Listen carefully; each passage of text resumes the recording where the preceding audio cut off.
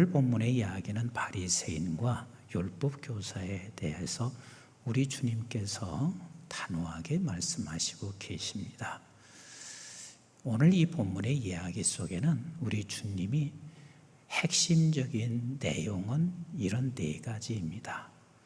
바리새인, 율법 교사 얼마나 훌륭해요. 그 당시에 가장 지성을 갖춘 자입니다. 그리고 율법은 누구보다도 잘 지켜 살아오고 있는 사람들이에요. 얼마나 훌륭한 사람이에요. 그런 사람을 향해서 주께서 이렇게 말씀하시는 거예요. 조금 우리가 현대말로 풀이한다면 너희들 보기가 참 지긋지긋하다. 우리 예수님의 말씀 속에 그렇게 말씀하시는 것은 굉장히 의외의 이야기거든요. 그리고 우리 주님이 하시는 말씀이 너희들 사기꾼인 줄 아냐. 제가 조금 더 풀이해서 설명하는 거예요. 그리고 또 한 말은 너희들 구제불능이다. 구제불능이다. 그리고 하시는 말씀이 너희들은 죽은 자야 라고 말씀하시고 계신 겁니다. 만약에 저와 여러분들에게 우리 주님께서 그리 말씀하시고 계시다면 이건 참 가장 마음 아픈 일이 아닐 수가 없습니다. 오늘날 한국교회나 이 민족이 그리고 곳곳에 바리새인과 율법교사가 많으면 그게 죽은 곳이고 소망이 없습니다.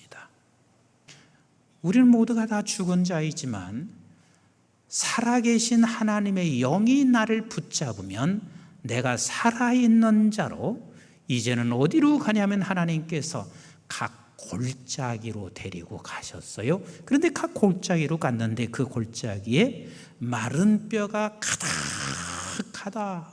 마른 뼈밖에 없었다. 이 말씀을 지금 하시고 계십니다. 그래서 그 사방으로 지나가서 본즉 그 골짜기 지면에 뼈가 심이 많고 아주 말랐더라. 우리 하나님의 영이 여러분들을 이끌고 골짜기로 가셔서 제일 먼저 우리가 골짜기의 마른 뼈를 보실 수 있어야만 합니다. 제가 볼 때는 국회 골짜기 보면 마른 뼈고, 청와대 골짜기 보면 마른 뼈고, 교회 골짜기 보면 마른 뼈고, 문화의 골짜기 보면 마른 뼈고, 교육계의 골짜기 보면 마른 뼈고, 가정마다 가정의 골짜기 보면 마른 뼈고, 경제의 골짜기 보면 마른 뼈고, 곳곳에 다 마른 뼈 보여집니다. 하나님의 영이 이끌고 저와 여러분들을 골짜기로 이끌어서 마른 뼈를 보아야 하는데, 하나님의 영이 이끌고 가는 것과 내가 스스로 간 것과 다른 게 있습니다. 하나님의 영이 이끌려서 골짜기로 가면 비판으로 일삼지 않습니다. 그러나 내 스스로 마른 뼈를 볼 수 있습니다. 죽은 자가 죽은 것밖에 보이지 않을 겁니다. 그런 경우는 절망과 비판과 이것밖에 남는 게 없어요. 그가 내게 이르되 인자야 이 뼈들이 능히 살 수 있겠느냐 하시기로 내가 대답하되 주 여호와여 주께서 아시나이다. 이 마른 뼈들이 살겠느냐 하는 말을 미완료 시제로 쓰고 있습니다. 이 말의 뜻은 이 마른 뼈들이 한 번 딱 살고 살겠느냐 그 소리가 아니에요.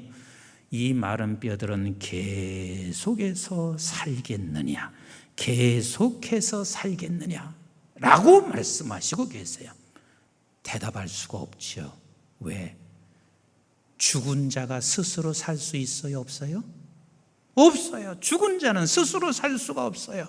그래서 그의 대답이 이렇게 대답하는 거예요. 여호와께서 아십니다. 이 말의 뜻은 하나님이 하시면 하시는 것이고 하나님이 안 하시면 안 하시는 거고, 하나님께서 살리면 살리고 하나님이 안 살리면 안 살리는 것이고, 그러나 하나님은 살리실 수 있는 하나님이십니다.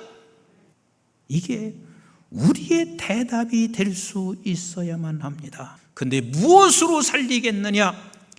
또 내게 이르시되 인자야 너는 생기를 향하여 대언하라. 생기에게 대언하여 이르기를 주 여호와께서 이같이 말씀하시기를 생기야 사방에서부터 와서 이 죽음을 당한 자에게 불어서 살아나게 하라 하셨다 하라.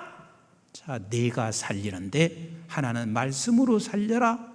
그리고 또 다른 하나는 너가 기도로 살려라. 이 기도가 뭐냐면 하나님의 말씀 안에 생기가 들어갈 수 있도록 하나님의 말씀 안에 역사하도록 네가 기도해라. 이것으로 밖에는 살릴 길이 없다. 제가 2번이나 집회 갔던 교회이고 또 지금은 대형 교회가 돼서 큰 교회가 됐습니다. 그런데요, 그 목사님은 언변이 그렇게 좋은 목사님이 아니세요. 그렇다고 해서 많이 공부하신 분도 아니세요. 그런데 무슨 프로그램을 해도 생명력이 있습니다.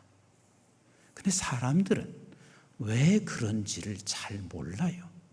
그 교회는 토요일 날이면 300명 이상이 모여서 내일 목사님이 선포될 말씀에 성령의 역사를 위해서 합심해서 기도해요. 나는 나를 위해서 기도하라는 얘기가 아니에요. 하나님의 말씀에 성령이 역사하셔야만 돼요. 그래야 사람이 바뀌어지게 되는 것이고 세상에 생명의 역사가 일어나게 되는 거예요.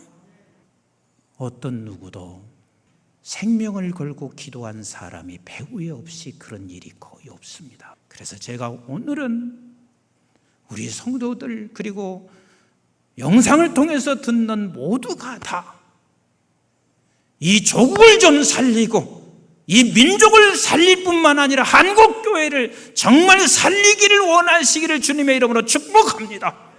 그러면 살리기를 원하신다면 이 한 가지만 여러분들이 지켜주셨으면 좋겠습니다. 그 교회는 토요일 날 모여서 300명 이상이 기도했지만 우리 금요일 날 함께 모여서 하나님, 이번 주일 하나님의 말씀이 선포될 때 성령이 역사해 주세요. 어린이 교회도 성령이 역사해 주세요. 설교를 잘하네 못하네가 중요한 게 아니라 우리가 그리 기도하는 게 중요해요. 청소년 교회도 성령이 역사해 주세요. 우리가 해야 할 일이 뭐냐면 말씀 선포에 성령의 역사가 일어나게 하옵소서.